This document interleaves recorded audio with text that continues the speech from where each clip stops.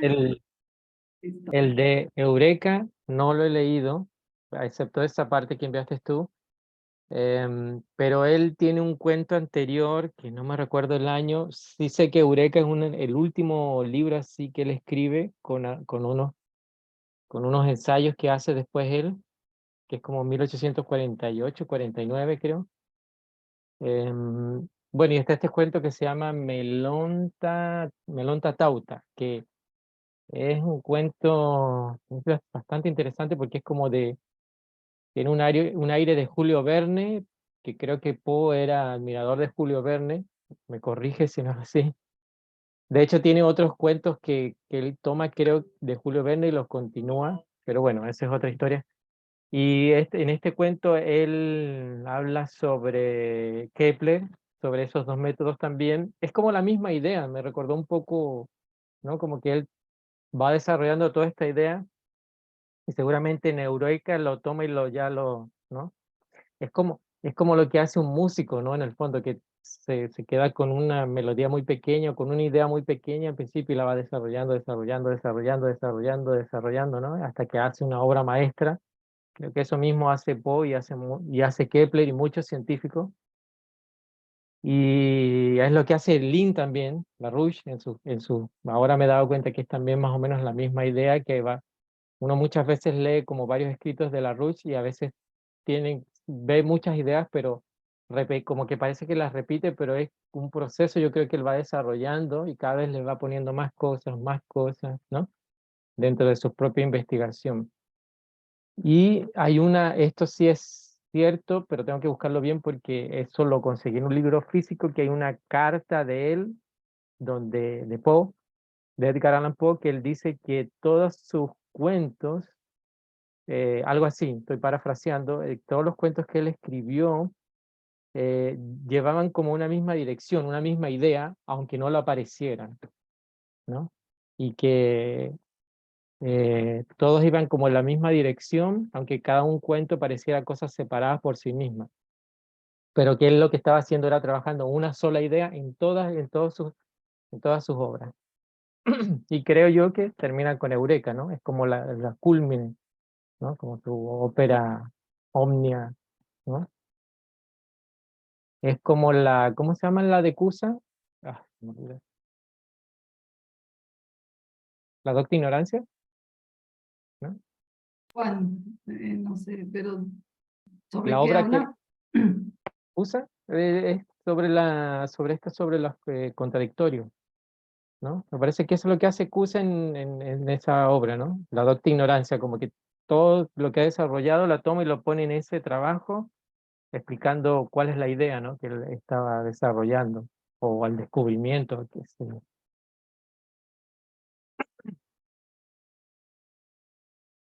Ok, ok. Es bien Sí. interesante. Es algo que descubrimos ahora, hace poquito, la verdad, porque yo no lo había visto. Ujú. Yo creo que sí, ese cuento puede ser como lo que es para Leibniz la Teodicea y ¿cómo se llama el otro, Mauricio? ¿Qué es el resumen de La, la Teodicea? la monadología, La pero sí, mona. más Ajá, dos, más sí. densa. Es esta. O sea, es algo así, ¿no? Porque la Teodicea es realmente la explicación general de la monadología. Y algo así como ese cuento de Eureka, ¿no? No sé qué más va a decir, pues bien pesado este libro, se me hace así muy difícil de seguirle el ritmo a él.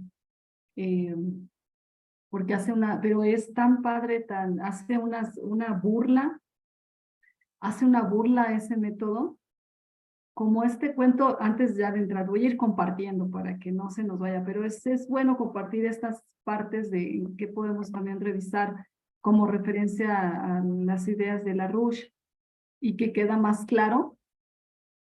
Aquí es donde se quedaron la vez pasada y aquí es donde vamos a continuar. Pero este cuento, el de la carta robada, yo veo ese cuento de la carta robada como el preámbulo, este cuento de Poe de la carta robada, de preámbulo de todo esto. Poe no fue que de repente empezó a atracar este método, todo su trabajo Bueno, lo que yo he podido leer, no he leído así todo lo de Poe, pero sus cuentos, algunos de sus cuentos y sobre todo el de la carta robada, siempre traen esta burla, este ataque al método euclidiano, pero también al método como el propio Poe plantea en la carta robada, ¿no? El que buscan la carta robada en los escondrijos más pequeños, entre las sillas, entre la pared, tabique, o bueno, no sé cómo se diga ya, pero ladrillo por ladrillo,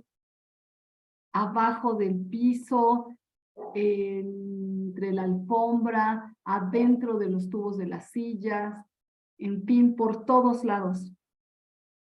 Y él hace esta burla, ¿no? Que así es el método y que en realidad nunca la encuentran, ellos con su método.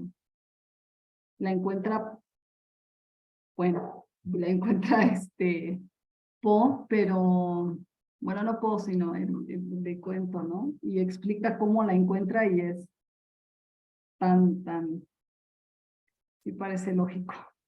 Pero bueno, ahí dejo nada más, no vamos a decir el final del cuento, pero siempre hace este ataque a la visión aristotélica, a la visión reduccionista de pensar que los datos, las estadísticas, en general, el análisis de esos datos da la verdad. Y en realidad eso es lo que más aleja de la verdad, de ese principio. Es como un ataque total a, ¿cómo se llama? A Sherlock Holmes, ¿no? Pues es que, bueno, según yo sabía, él fue creado para atacar a Poe totalmente, como la idea de Robin Hood que ataca el concepto de Guillermo Tell, de Schiller. O sea, es como esa idea, atacar ese método como esa personalidad y volverlo simplón. Bueno, entonces vamos a comenzar y teniendo en mente esta parte, ¿vale? Y ojalá que nos demos la oportunidad de en cuanto termine la primera parte, veamos lo de Shelley y estar comentando sobre este libro de Eureka o los cuentos o lo que se vaya, o lo que se quiera comentar sobre lo que se vaya leyendo en referencia a lo que estamos pues abordando, sobre todo esta parte del método de Larouche de economía física. ¿Vale? Entonces, bueno, vamos a empezar aquí, dinámica y creatividad. Y bueno, ¿quieres leer? A ver si Fabi anda en la calle, parece, pero no se escucha. Mauricio, Hugo, quien quiera comenzar. Adelante, vamos aquí.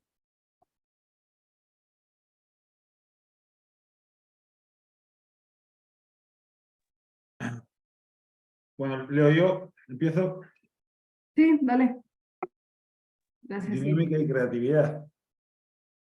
Desde la introducción de este informe he hecho hincapié de manera repetida aquí en la importancia decisiva de ese concepto de la dinámica de Leibniz, de la dinámica que Leibniz revivió del dunamis de la ciencia clásica griega, como el principio crucial que cualquier noción competente de economía debe tomar como premisa. Así, haciéndome eco de la defensa de la poesía de Percy Shelley, recalqué que la dinámica que comprende a cabalidad al equivalente de la composición musical clásica, en particular la de la tradición de Juan Sebastián Bach, es la llave de la acción de la que los diferentes elementos comprendidos son solo aspectos subordinados. Como he indicado en repetidas oportunidades arriba, la función de la creatividad humana, a diferencia de cualquier cosa que uno encuentre entre las formas de vida inferiores, es que una vez hecho un descubrimiento válido de principio, al descubridor o a sus mentores debe recordárseles revivirlo. Este proceso de revivir el acto de descubrimiento tiene un elemento de importancia decisiva. O sea que una vez hecho y validado un descubrimiento por derecho propio, tenemos que regresar al origen de dicho descubrimiento específico en principio exitoso, pero ahora para redescubrir el universo al que ha transformado. Lo que hay que recalcar de este modo es que la naturaleza de cualquier principio válido del universo es su universalidad. Así, en tanto que el descubrimiento de una forma de acción de principio se realiza, tenemos que descubrir entonces si eso toma en cuenta todos los cambios que nuestro descubrimiento ha hecho al definir el universo en el que tuvo lugar. Eso lleva a arranques de la siguiente importancia. Acabamos de hacer el descubrimiento de lo que es, por derecho propio, un principio universal. Como semejante éxito, con todo lo limitado que pueda ser en otro sentido, ha transformado nuestra idea del universo de la que teníamos un momento antes. Ahora tenemos que hipotetizar y experimentar de nuevo, esta vez para descubrir el universo que ha cambiado del que pensábamos que conocíamos, antes de añadir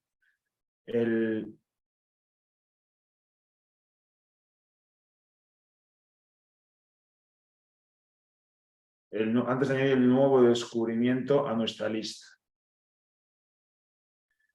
Tomemos como ejemplos casos tales como el del método de Arquitas para doblar el cubo, el descubrimiento de Brunelleschi del principio físico de la catenaria, la deducta ignorancia de Nicolás de Cusa, el descubrimiento de Kepler del principio de la gravitación universal, el de Fermat del principio de acción mínima y el descubrimiento único original de Leibniz del cálculo. Entonces, tomemos todos los descubrimientos que tienen una cualidad parecida de singularidad en tanto principios, ya sea en la ciencia o en las formas de arte clásico. Estos representan en lo individual o en combinación la clase de nociones que son clave para identificar los principios que abarcan y ubican la composición como un efecto total unificado. Cada uno de estos descubrimientos exigió el descubrimiento consiguiente de una consideración adicional de principio. No hay una continuidad lineal, estadística, por ejemplo, en el devenir de la historia. Con la introducción de este concepto de la dinámica, del modo que Hermann Minkowski lo propuso para reformar la física, el espacio y el tiempo por sí mismos dejan de existir. Por desgracia, el brillante Minkowski erró al escoger la geometría lobachevskiana en vez de la riemanniana. La parte participa entonces de la naturaleza del todo y más que eso, comunica la naturaleza del todo en cada efecto de la parte. Ahora interpolemos la intención de actuar conforme a semejante principio de la dinámica en un intervalo de acción. Tal cosa nos plantea una forma de acción creativa pertinente en un intervalo de tiempo para llevarla a cabo. Esto define el significado general del tiempo relativista.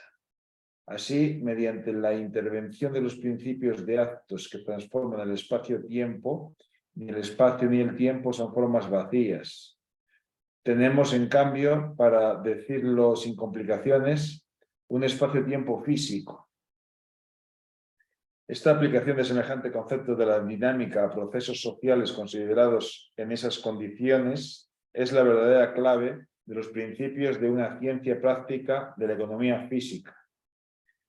El resultado natural de eso es que el principio subyacente de una ciencia competente de la economía y de aspectos relacionados de la interacción y el progreso social, en otro sentido, es la dinámica riemanniana, del modo que la obra de Einstein y Vernadsky es típica de su función en toda la ciencia física moderna competente.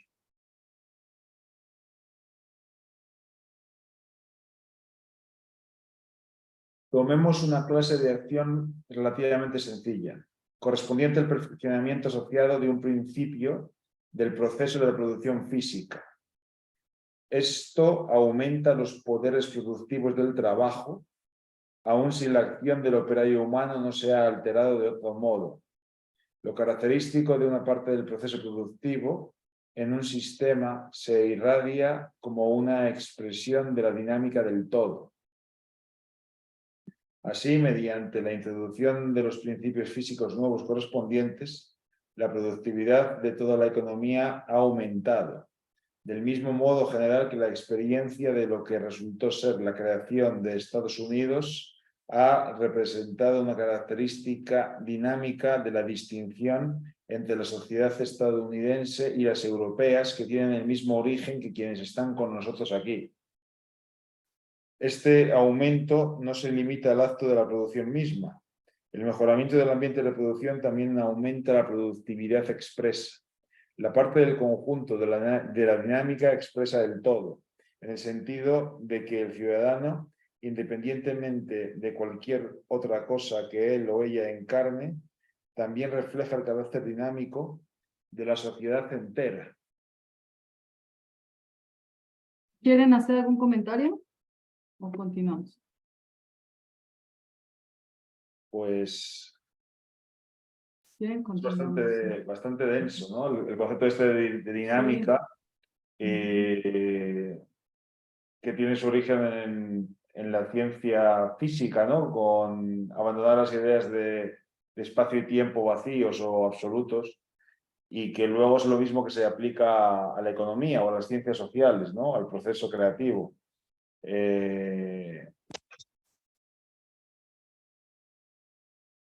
Y en el caso de Estados Unidos, pues a la fundación, ¿no? De los Estados Unidos como república basada en los principios científicos, ¿no? Y soberanos de desarrollo científico y cultural, ¿no? Frente al oligarquismo europeo, propiamente.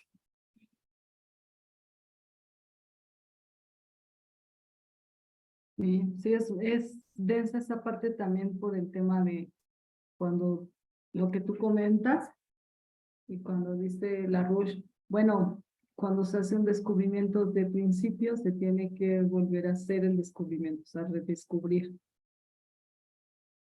Esta parte es como la de los verbos vivos que vimos en el documento de la Tierra en los próximos años, los próximos 50 años de la Tierra. El proceso de descubrimiento es algo que LaRouche maneja de una manera muy, no sé, muy impresionante, porque habla todo el proceso creativo que define la mente humana y la transmisión de ese proceso creativo, pero con el proceso individual del individuo, con el proceso de cada individuo, que no es el mismo nunca, pero que llega al descubrimiento con el mismo método. Aunque sea el mismo método, nunca los procesos son iguales. Parecidos, pero nunca son iguales, ¿no? Entonces, esta parte, como comentas, Hugo, que ya va a ir cambiando los conceptos de absoluto, ¿no? Sí, sí. Yo estoy muy interesado en entender realmente la teoría de la relatividad, para entender también a fondo estas cosas, ¿no? Porque la verdad es que me suenan muy bien, o sea, es impresionante la potencia de las ideas, pero francamente todavía no consigo llegar al fondo, ¿no? De la cuestión, a entenderlas. O sea, entiendo lo que dicen mental, pero como que deja más entre líneas, ¿no? De lo que realmente dice, de todo el peso del significado, de lo que quiere decir. Entonces, esa es un poco o sea, el texto se entiende muy bien, es muy claro, pero me da la sensación de que deja más que sin decir, o sea, de la cantidad de cosas, del peso, del peso del significado total, de las ideas tan profundas que hay ahí, ¿no? O sea, siempre me transmite esa sensación. Sí, sí, de acuerdo, sí es cierto. Sí, deja eso, ¿no? Lo que no está diciendo, que la mente empieza a pensar, ¿no? Sí, ¿Por qué? Sí, claro, eso, es cierto. justamente. Que a lo mejor precisamente eso es lo que quiere decir, ¿no? O sea, es decir, cómo se transfiere, cómo uno puede reproducir en sí mismo, en un individuo, cómo puede reproducir pues la universalidad, ¿no? De alguna manera, aunque es distinta, como decías. O sea, no de manera idéntica, pero la reproduce. O sea, hay algo ahí esencial, ¿no? Lo que es el ciencia al principio, yo creo, el principio de la ciencia verdadera es que se pueda reproducir, ¿no? En distintos individuos, que todos la puedan, digamos, reproducir en su mente.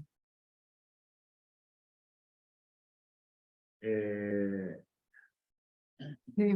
O Ok. sea, esta parte es también algo que LaRouche revoluciona en la ciencia, porque, o sea, es esta pregunta, ¿no? Si el individuo puede si el individuo puede reproducir en la mente el descubrimiento, ¿por qué? ¿Por qué lo puede reproducir? ¿Por qué lo Claro, puede hacer? porque la, Porque, si esa es la pregunta, ¿por qué lo puede hacer? Adelante. porque la mente tiene una característica que lo une a lo universal, es decir, la mente humana no es que sea mi mente, que lo es en el sentido personal, pero está vinculada a algo universal, ¿no? Y, o sea, algo que me trasciende a mí, ¿no? Como individuo. ¿Y qué es lo que nos realmente las ideas, pues el nivel conceptual, ¿no? Más alto, las ideas más elevadas. Un religioso diría, pues la esfera que está más arriba, ¿no? De lo terrenal. Pero bueno, eso yo creo que existe, o sea, Larousse también creo que plantea, o sea, es fundamental esa idea, ¿no? De los distintos niveles, ¿no? De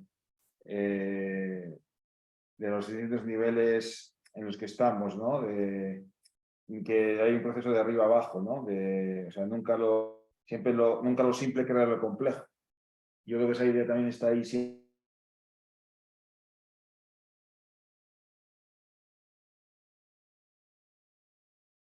¿Me escuchas, Hugo? Porque ya no te escuchamos.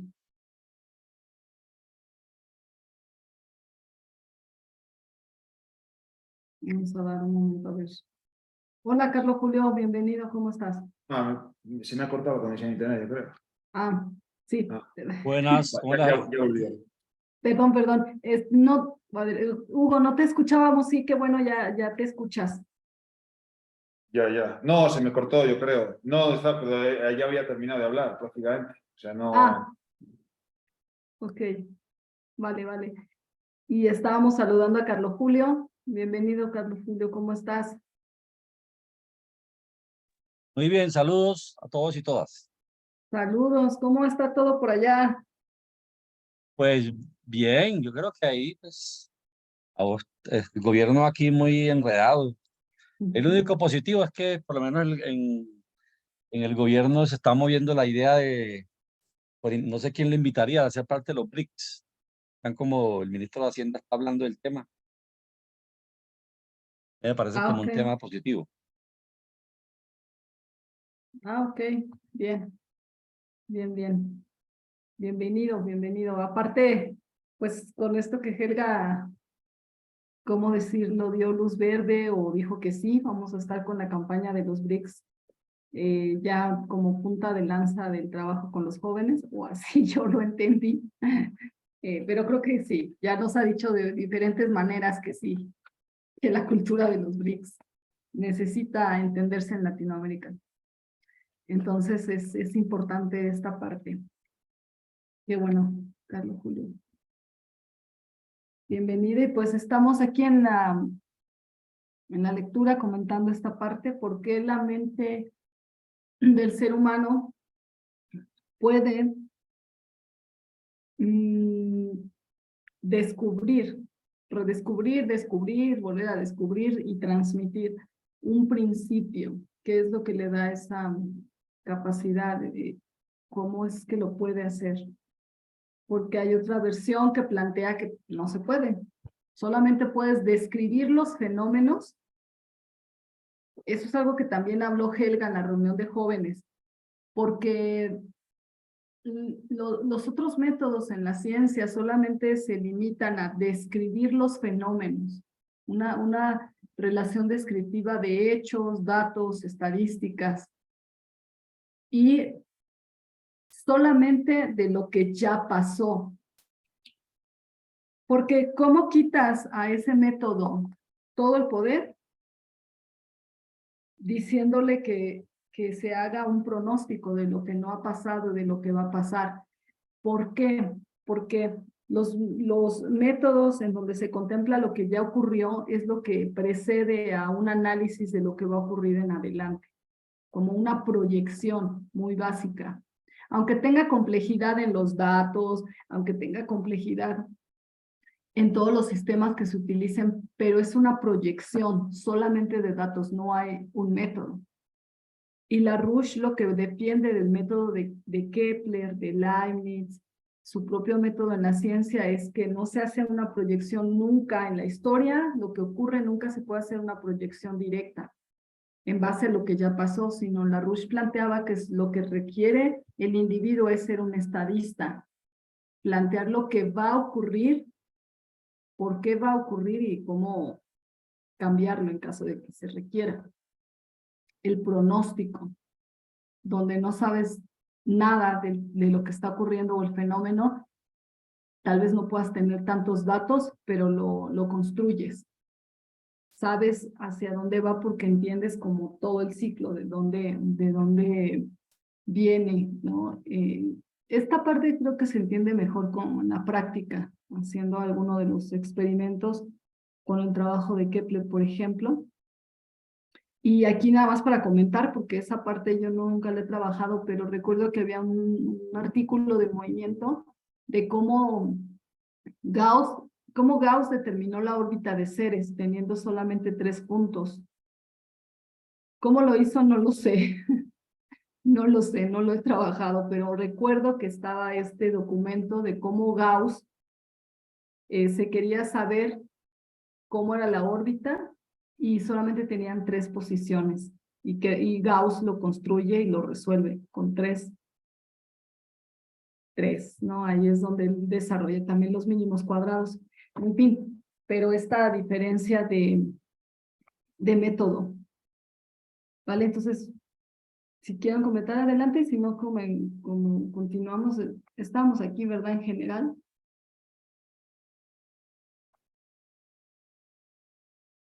¿Quieres seguir leyendo, Hugo? ¿Quieres leer, Mauricio? Carlos Julio, a ver, hablen ahora. ¿Quién le gustaría leer? Quedará grabado a las siguientes generaciones.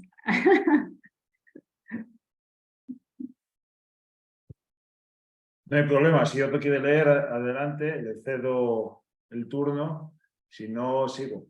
Vas, Hugo, porque no he escuchado a nadie que diga yo quiero. Bueno, Dale, gracias. en general, el aumento de la densidad de flujo energético de la producción u otra acción comparable aumenta el poder productivo neto del trabajo, aun si no ha habido ningún otro cambio en el lugar de producción. Por ejemplo, entre los pueblos de la India y África no puede asegurarse ningún ritmo significativo de aumento de la productividad local como la agricultura, a partir de la producción. Para eso se necesitarían 1 o 2 generaciones de condiciones favorables. Sin embargo, si tornamos nuestra atención a las mejoras recomendadas en la infraestructura, como ordenar la construcción de reactores nucleares de torio para crear un abasto mayor de agua, puede haber un gran aumento neto de la producción a través de los factores de la infraestructura económica básica. Por ejemplo, en Estados Unidos, como en Europa, se ha visto una caída catastrófica de la actividad de verdad productiva per cápita, un viraje que va de la mano con empleos improductivos de hacer hoyos para tapar hoyos, que se pagan con el ingreso reducido de quienes trabajan. Me he recordado a varios programas políticos, ¿no? De gastar dinero, que se pagan con el ingreso reducido de quienes trabajan en el empleo, en empleos realmente productivos. el viraje hacia la adopción de tecnologías inferiores por motivos dizque ambientales, como el uso de energía libre, altamente ineficiente y fuentes energéticas igual de pobres, ha sido un factor destacado de los desastres económicos nacionales en Estados Unidos y en Europa. A ver si bajamos un poco, por favor.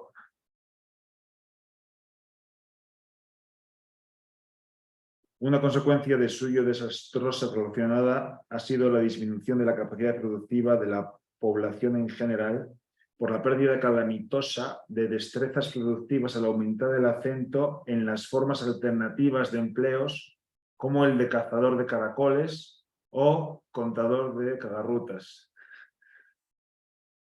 O si reponemos las horas que se pierden al ir al trabajo por los ciclos de congestionamiento o las distancias excesivas, hemos tendido a aumentar los poderes productivos netos del trabajo de esa sociedad, aun si no se ha introducido ninguna otra mejora como factor. Esa parte no la entiendo, ¿qué significa? Pero parece como, a mí eso No no es me- contradictorio. Recuerdo lo que se tenía el trabajo los días. Hemos tendido a aumentar. Si se pierde más tiempo yendo al trabajo, Ah, sí, sí, sí.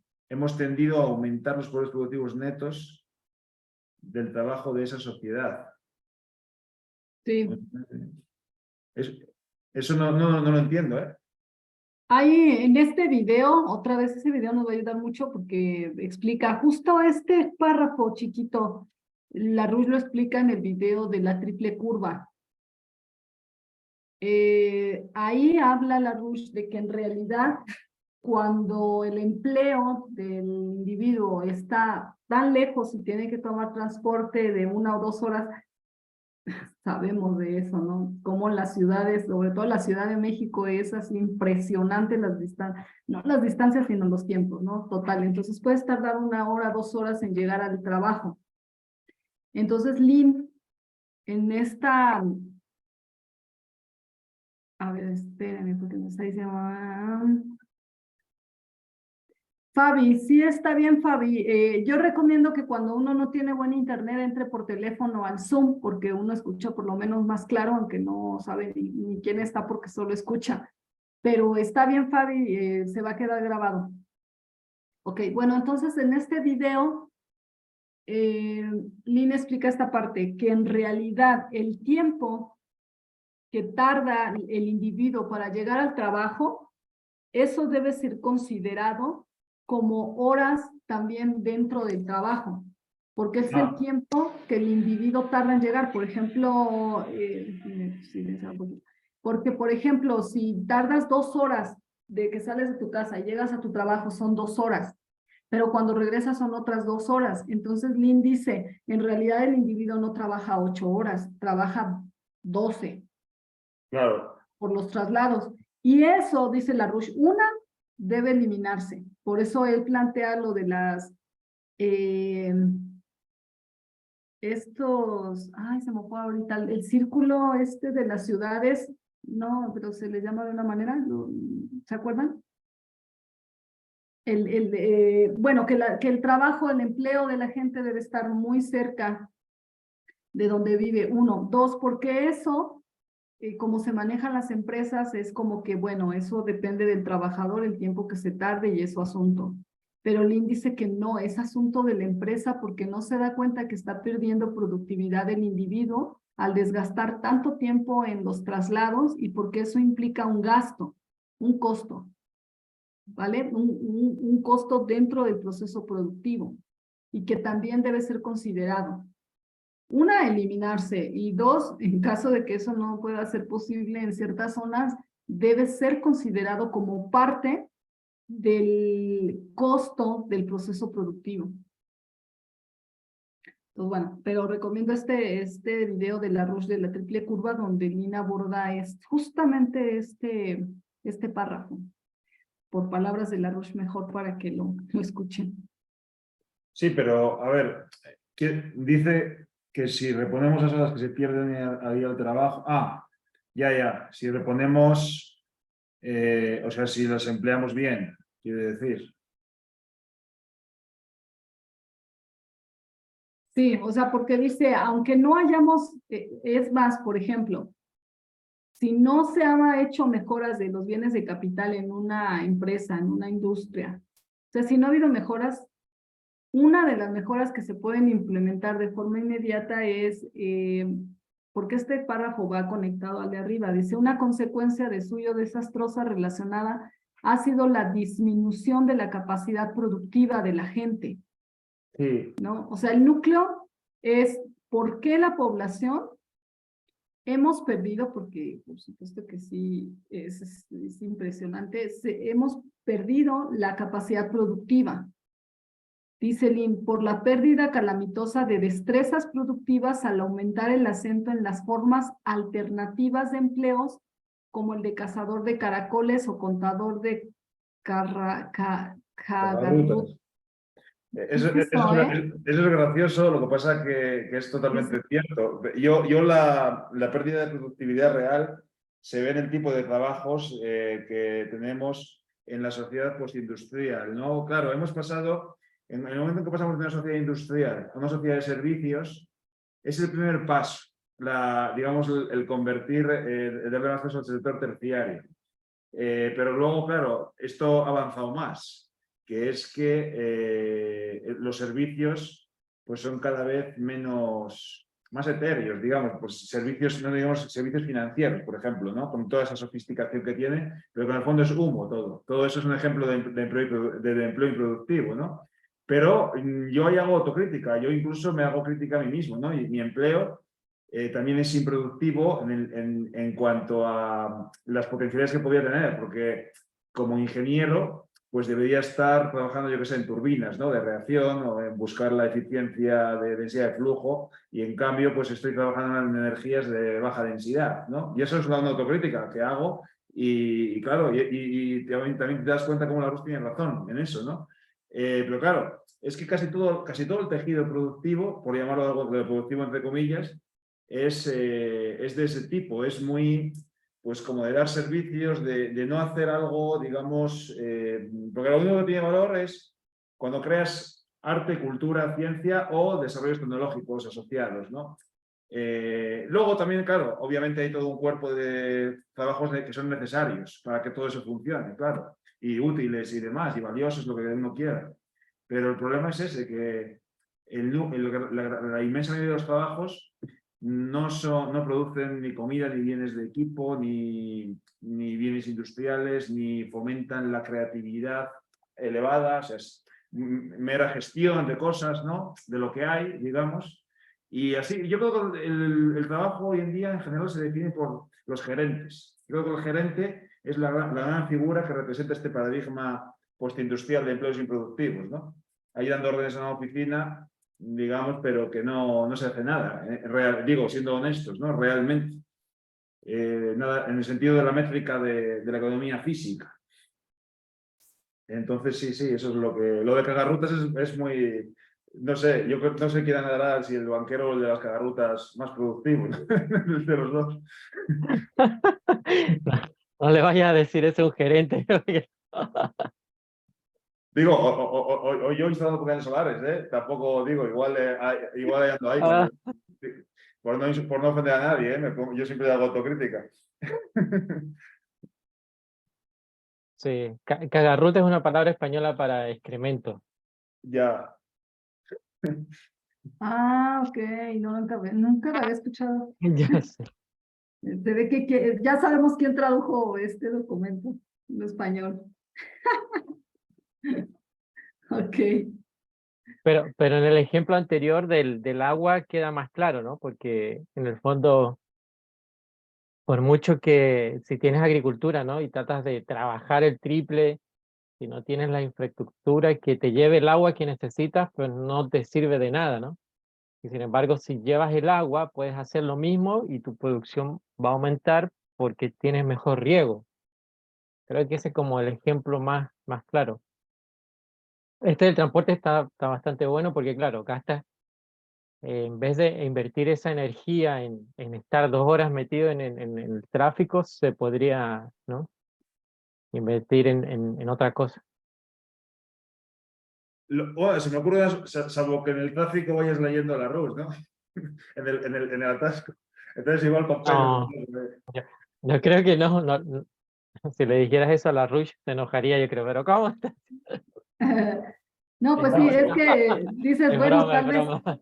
bueno, hacer algo que sea productivo mientras estás viajando, pero es interesante esta, no sé si la has visto tú o también quieren comentar ustedes, ¿cómo se llama esto que, porque se me fue el nombre ahora? Nuestro círculo de las ciudades, todas conectadas, ¿cómo se le llama? Esa palabra nueva que está de moda, que se ha empezado a decir ahora, de ciudad de 15 minutos.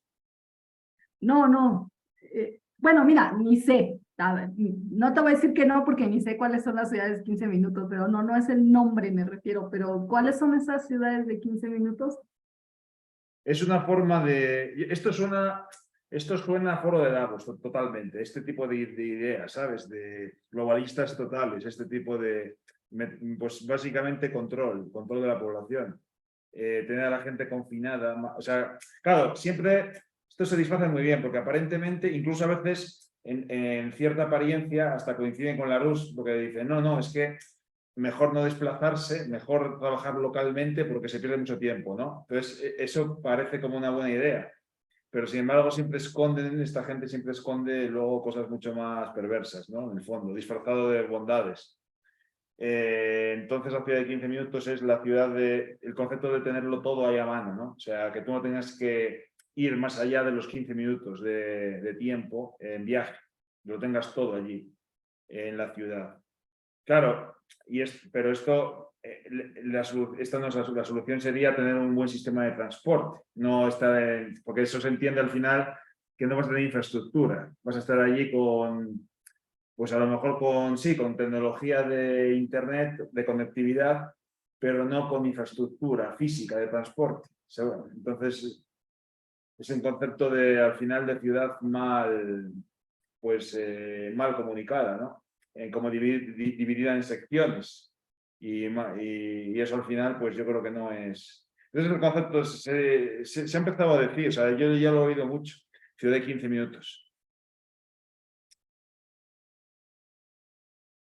Ok, sí, como hay mucho en la ciudad estos edificios en donde ahí en un edificio tienen como relativamente todo, pero sí es como muy encerrado, muy aislado también de lo que pasa en la sociedad, porque son luego edificios que están al lado de zonas pobres.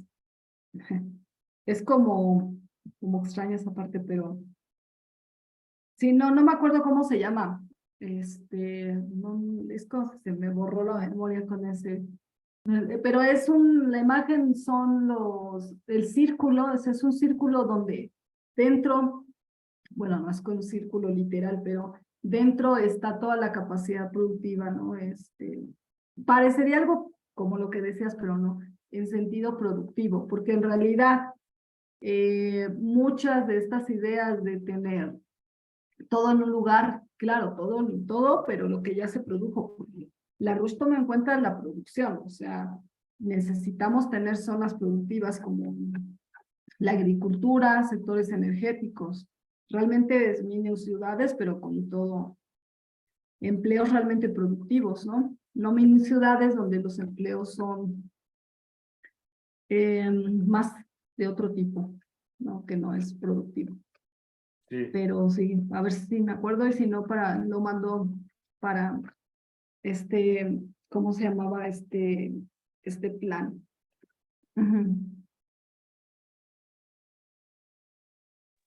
¿Seguimos, les parece?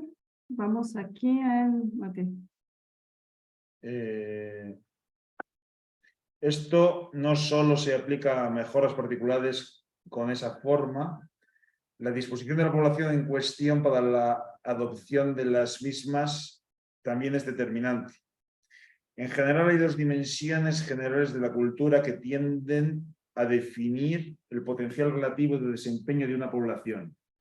La variabilidad del potencial entre las culturas nacionales en general y entre sus subsectores actúa de manera parecida. En general, el aumento de los poderes productivos del trabajo exige intensificar el uso relativo del capital físico, así como de la ciencia y la tecnología, incluyendo una mejor calidad y grados de educación, así como un mayor acento necesario en las formas culturales clásicas, en vez del jaraneo dionisíaco. Del mismo modo, el precio del elemento de la Carta Nacional de Materiales es uno relativo, que tiende a adaptarse a lo que el todo le demanda.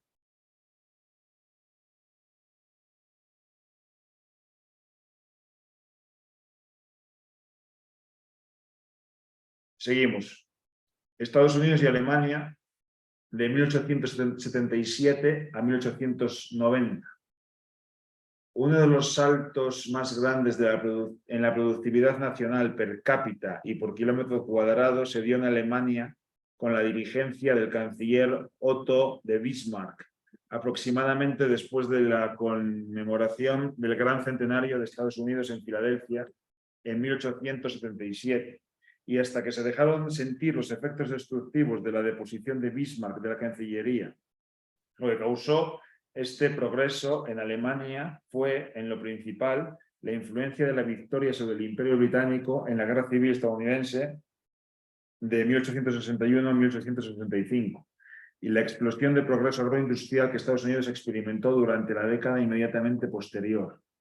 Sin duda, la causa de las que vinieron a conocerse como las guerras internacionales que organizó el Imperio Británico entre 1895 de Japón contra China, con la culminación de la Primera Guerra Mundial, la posibilidad en las secuelas combinadas de la salida de Bismarck y el asesinato del presidente estadounidense William McKinley, lo que le permitió al príncipe de Gales y posterior rey Eduardo VII poner a los dos primos, el Kaiser Guillermo de Alemania y el zar Nicolás de Rusia, en guerra el uno contra el otro, para mayor gloria del Imperio Británico.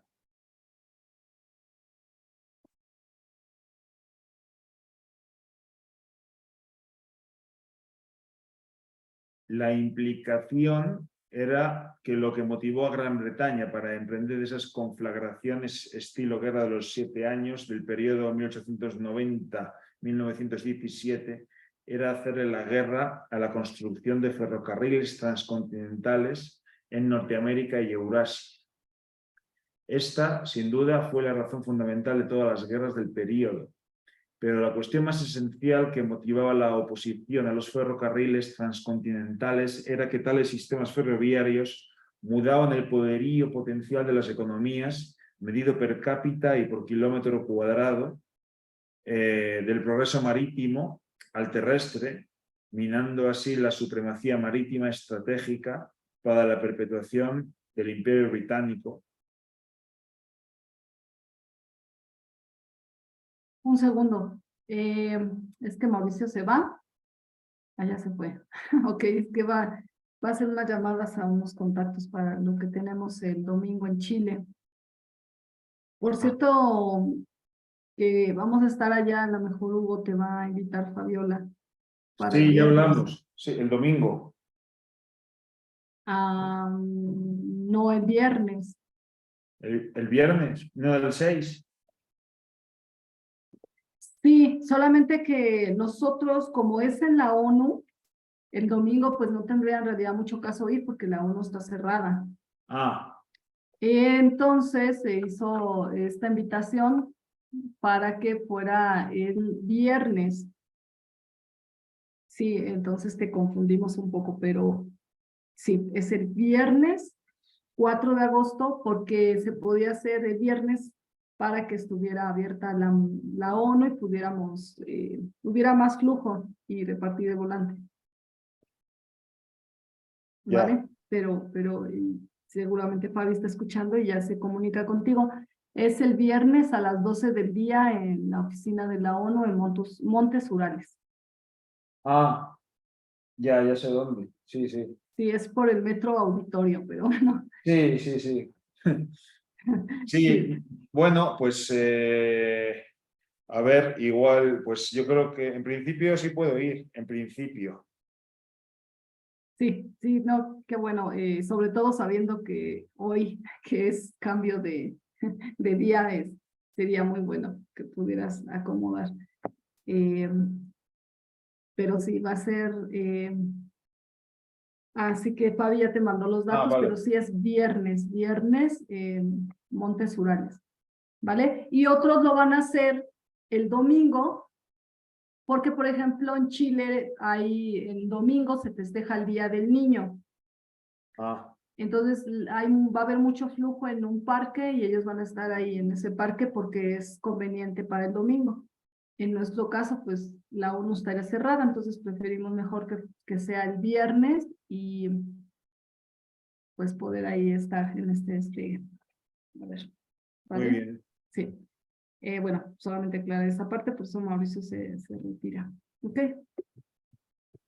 Sigamos, aquí nos quedamos, ¿verdad? Correcto, ¿verdad? Ah, no, íbamos abajo, ¿verdad? Pasamos de la apropiación del Imperio Británico. De otro modo, esa motivación de los intereses financieros británicos era, como siempre y como lo es aún hoy, la intención de encarnar una potencia marítima imperialista financiera global que domine el planeta entero, para siempre. A fin de cuentas nunca lo lograrían, pero siguen intentándolo. Bueno, no sé si nunca bastante lo han logrado, ¿no? Sí. Aunque ahora están quiebra todo el sistema, ¿no? Pero ahí siguen, o sea, de esta manera, la destrucción del sistema ferroviario transcontinental estadounidense con la promoción del tráfico carretero como sustituto constituyó de forma intrínseca una razón de la caída de la productividad de la economía de Estados Unidos per cápita y por kilómetro cuadrado. En estas cuestiones, la organización física de la economía es esencial, pero la organización sociocultural de la mente y la disposición de la población es aún más importante. Claro.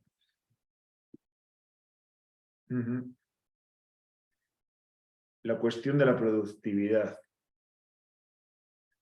En mis dos videoconferencias más recientes del 1 de octubre y del 18 de noviembre de 2008, una de las cuestiones que plantearon en la forma de pregunta a los participantes fue la de los beneficios de lo que perciben los obreros cuya fuente de ingreso no es la producción.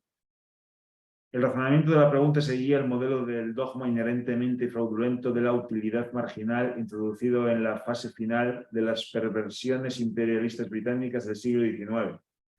En última instancia, cualquier riqueza verdadera de las naciones surge de la producción física productiva. Esto se lleva a cabo ya sea mediante la producción física como tal o en la forma de actividades esenciales para esa producción física o para los hogares que aportan el sostén funcional necesario de sus funciones, tales como la ciencia y la ingeniería y la administración fundamental del gobierno y las empresas productivas. La utilidad marginal es puro cuento. El dogma sectario de la utilidad marginal supone que existe un equilibrio potencial entre los precios de los bienes y servicios y el bien relativo que la sociedad percibe, con algún órgano misterioso en cierta proporción de cada cosa considerada utilidad para toda la sociedad. Por ejemplo, la cocaína y la heroína hacen felices a algunos. Un momento aquí, Hugo. Es que esta parte siempre se me ha complicado un poco. ¿Cómo lo entienden ustedes?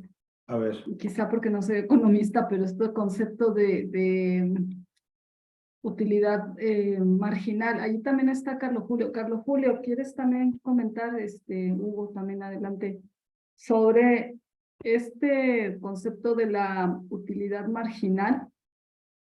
Eso es un concepto monetarista, puramente monetarista. Es decir, la utilidad marginal es pues claro, es que es un concepto, entramos en economía, en cómo se explica en economía, pero es que es puro, como dice la Rosa, es puro cuento todo esto.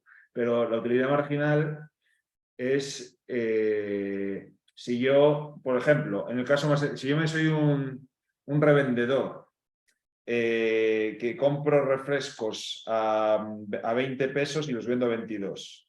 Ese es el ejemplo más tonto, ¿no? Pero ahí yo tengo 2 pesos de utilidad marginal, digamos. Supone que, claro, pero en realidad, si yo he tenido costos, por ejemplo, si incurro en costos, pues puede que tenga... Es la diferencia, ¿no? Entre todos los ingresos que tengo y mis gastos, y lo llamo utilidad marginal. Es el margen que te queda realmente del negocio, digamos, en cuestión, pero es una métrica monetarista. Eso se mide con ingresos y gastos. Es el valor monetario. Claro, por eso tú puedes tener utilidad marginal en muchos negocios. En las drogas son los mejores. Pues las drogas es inigualable, ¿no? En utilidad marginal, por ejemplo, ¿no? Tiene mucho margen y se gana muchas veces el valor, ¿no? De lo que... El margen. ¿Qué es que tiene mucho margen? Que hay mucha diferencia entre lo que, el precio de venta y los costos internos tuyos. Y entonces Margen de ganancia. ese es tu margen de ganancia. Ok. Pero yo complementaría que Ajá, el dale, concepto Julio. aquí, de utilidad marginal es un concepto de la filosofía de la filosofía de Benham, digamos, cuando uno consume, digamos, el valor de un bien, digamos, es como la explicación de la formación de precios. Cuando uno consume un bien, le da mucho placer. Pero, digamos, si uno consume otra unidad de ese bien, ya le da menos placer. Entonces, el tema de la utilidad marginal es que es decreciente. Así como cuando usted tiene, por ejemplo, mucha hambre, entonces eh, eh, consume alimentos, entonces ya tiene menos hambre. Entonces, digamos, el valor que usted le da a la comida que hay ya es menor. Cuando tiene más, le da más valor cuando tiene más hambre que cuando tiene menos hambre. Entonces, es un tema más del placer que te da el consumo. Es un poquito como, es un concepto de la filosofía benjamita, digamos, como el concepto del placer por el consumo y que uno le da valor a las cosas por el placer que te da. Es un poquito como la filosofía del placer, sí, la filosofía como del placer eh, eh, de la filosofía de Jeremy Bentham, que es como el concepto fundamental de la filosofía o la economía británica. Pero yo lo veo más como el punto de vista ese de un tema más psicológico, no tanto como del dinero, porque también hay un concepto keynesiano, pues de la eficiencia marginal del capital, que tiene que es un concepto diferente cuando uno, digamos, si uno, digamos, la eficiencia marginal es que, digamos, uno tiene un terreno y tiene trabajadores, entonces, en la medida que uno mete más trabajadores, la rentabilidad va decreciendo hasta que llega a cero. Es un concepto también de la teoría keynesiana, pero aquí se habla más pero ese enfoque de Keynes es partiendo del supuesto de que la tecnología se queda inmóvil, pues que no hay cambios tecnológicos. Entonces, si yo tengo obreros de asadón y yo le meto más obreros de asadón, cada vez vamos a tener una utilidad menor. Pues. Pero ahí desconoce el tema de que yo puedo pasar del asadón al tractor. Digamos, hay un cambio de tecnología que rompe ese modelo cuantitativo. Pero aquí yo lo asimilo más al concepto de Jeremy Bentham, digamos, del placer por el consumo. De la medida que uno consume un bien que te da placer, ya el segundo te da menos, que uno le da como menos valor, como la idea de la utilidad marginal. Sí, es verdad. Ese matiz es muy importante, que creo que es lo fundamental. De hecho, es que se utiliza en varios contextos, pero efectivamente creo que ese es el origen y ese concepto de marginal es muy importante, el matiz de unidad adicional, que se me había olvidado a mí decir esto, que es el concepto asociado a una unidad adicional de consumo, ¿no? Por eso lo de marginal, porque es a la unidad adicional, ¿no? Que son los rendimientos, lo que decía, a lo que se refería Carlos Julio, es la ley de los rendimientos decrecientes, ¿no? De que cada vez satisface menos, ¿no? Porque te vas colmando la unidad adicional. El primer vaso de agua es mucho más valioso que el segundo ya, ¿no? Con menos sed, digamos, aunque son un vaso de agua, ¿no? Por eso también la parte psicologista que comentas. Sí. Entonces, esta parte está conectada totalmente con el tema de la oferta y la demanda, lo que se genera en el sentido de que se genera una necesidad de un producto. Por ejemplo, aquí el índice de las drogas, ¿no? Esa es la idea de los vicios privados, virtudes públicas, pero hecha ya en términos económicos también de esa oferta y demanda, ¿no? Que esos vicios se están demandando y eso aumenta la utilidad, por ejemplo, en las drogas, pero por ejemplo en algo que sí es productivo, nada que ver con eso. Por ejemplo, lo que comentan siempre los compañeros de Sonora, que es el pleito por el agua, ¿no? Que en una zona como Sonora, que hay poca agua, entonces se determina al mejor postor. Si hay agua, no se manda a la agricultura porque ahí no se va a tener pues alto margen de ganancias, sino se manda a un hotel privado de 5 estrellas porque paga más por el agua, ¿no? Le cobran más por el agua que a la parte de agrícola. Se decide llevarlo al agrícola, al hotel. Es como esta relación. ¿Cómo ven?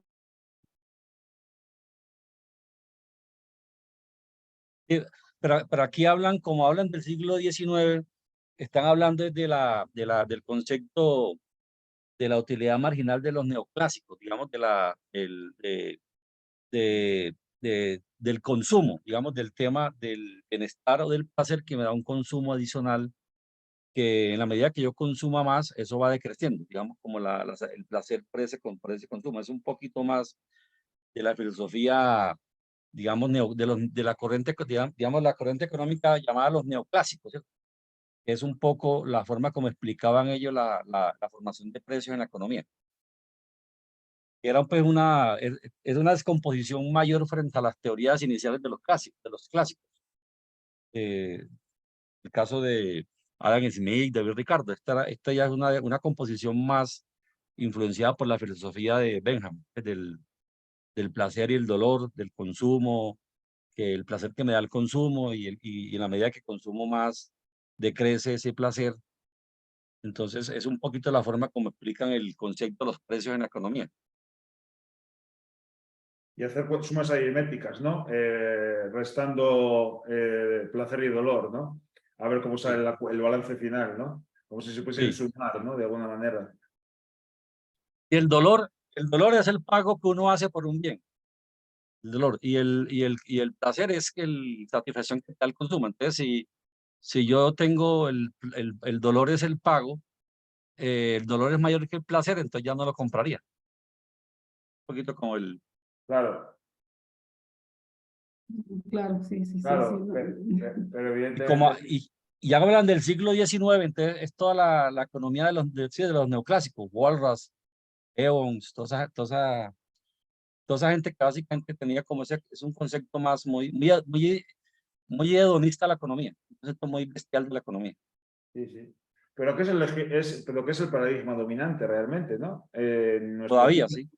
O sea, eso es lo que estamos sufriendo. Yo realmente toda la economía que estudiaba en ingeniería, que estudiamos algo de economía, y bueno, y toda la economía que realmente, pues, de cabecera, ¿no? Que alineada con los economistas, ¿no? De hoy, que hacen análisis y demás, está en esto, en este paradigma realmente de la aritmética de placer, dolor, tal, cuando el ser humano realmente no opera así. Entonces, esto es de locos. Pero lo que pasa es que como suena lógico, te lo crees, en cierto modo. O sea, al principio, si vas así de ingenuo, pues claro, placer, qué bueno, ¿no? Y dolor, qué malo y tal. Y entonces dices, no, pues claro, todos buscamos el placer y tal, sí, pero el problema es que aquí la clave es el concepto elevado, ¿no? Del ser humano, no estar ahí como un animal, ¿no? Al final, que subyace en todo eso. Y eso, claro, como que no es tan fácil de ver cuando, digamos, que entras así en el paradigma y te empiezan a bombardear con estas cosas, ¿no?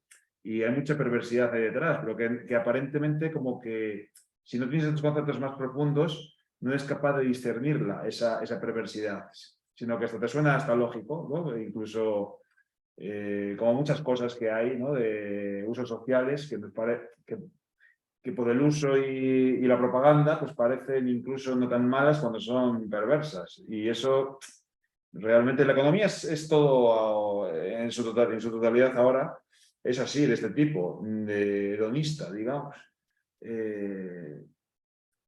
Salvo, o sea, se quita el concepto de que realmente el ser humano puede romper todos esos paradigmas, ¿no? Y puede hacer incluso un sacrificio que sea inconmensurable, ¿no? Por algo, por una idea superior, por algo, ¿no? Que no está contemplado ahí, o sea, ese tipo de cosas, ¿no? Esta gente eso no lo ve, ¿no?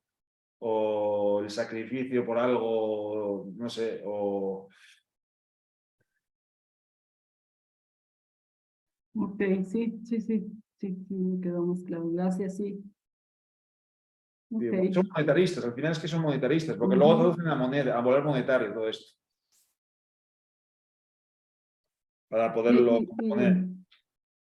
O sea, es esa parte unida, como comentas, la parte monetarista unida a esto, ¿no? Los vicios privados, como decía Carlos Julio, efectivamente, ¿no? El monetarismo que tiene que tener un respaldo de cómo es, al final es dinero, pero Lin decía mucho, el imperio no le interesa solo el dinero. Ellos tienen muy claro que lo que quieren es que el ser humano se degrade, se autodegrade, y para eso necesitas la parte económica, pero también la parte cultural, la parte de las ideas, ¿no? Claro. Porque si no hay eso, si no hay esa parte de la degradación del ser humano con esos vicios privados como las drogas y otros muchos más, entonces no hay un margen de ganancia para la economía, ¿no? Porque simplemente la gente no lo pide, no lo van a pedir. Pero si hay ese proceso, ¿no? De degradación, hay un alto margen de ganancia por vender. Sí, y entonces sacan la moral, dice, es muy típico de este pensamiento, sacar la moral de la economía, es decir, la economía no tiene moral. La economía es el equilibrio entre los apetitos, los deseos y tal, y eso se traduce, y las monedas son solamente la métrica de esto, en cómo se mide esto. Eso es así es como piensan, ¿no? Todos eso, o sea, y es algo totalmente perverso, pero tan común que da miedo, ¿no? O sea, yo mismo me pregunto si he llegado a pensar, a creerme eso, porque suena lógico decir, bueno, pues al final hay un equilibrio de los precios y tal, pero eso es porque no estás viendo un nivel superior por encima de eso y te das cuenta que eso es una estafa. Pero hay que tener cuidado porque sí la gente tiende a creérselo, porque suena lógico y es peligroso en ese sentido.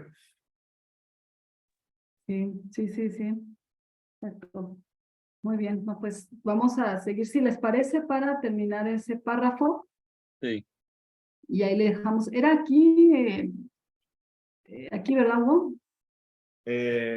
¿O dónde? No, más abajo, yo creo. Lo de puro cuento, lo pasamos, la cocaína, la Sí, heroína, cierto. por ahí.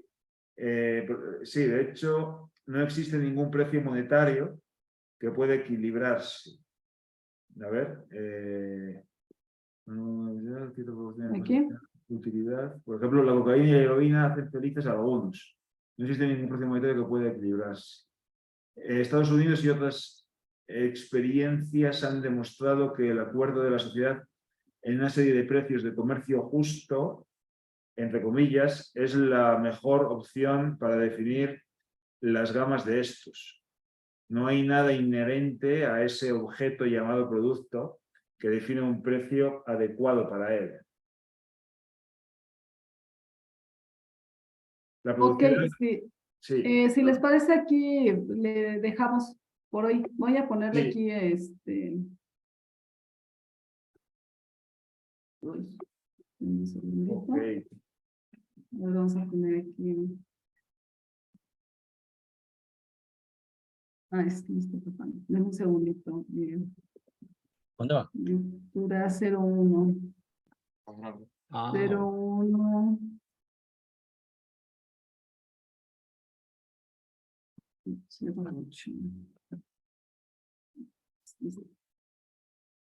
Ok, en esta parte ya anoté en dónde nos quedamos. Y, ok, pues va cada vez más intenso y revisar, si les parece que revisemos estos puntos, por ejemplo, el video de Lynn de la triple curva, en referencia a parte de lo que vimos hoy. Y pues, gracias y nos vemos la próxima semana, martes. Bueno, hasta Y luego. hasta Feliz. luego. Y las movilizaciones de este fin de semana para lo del Bueno, tema hasta de luego. Hiroshima. Gracias a todos. Chao, chao, chao.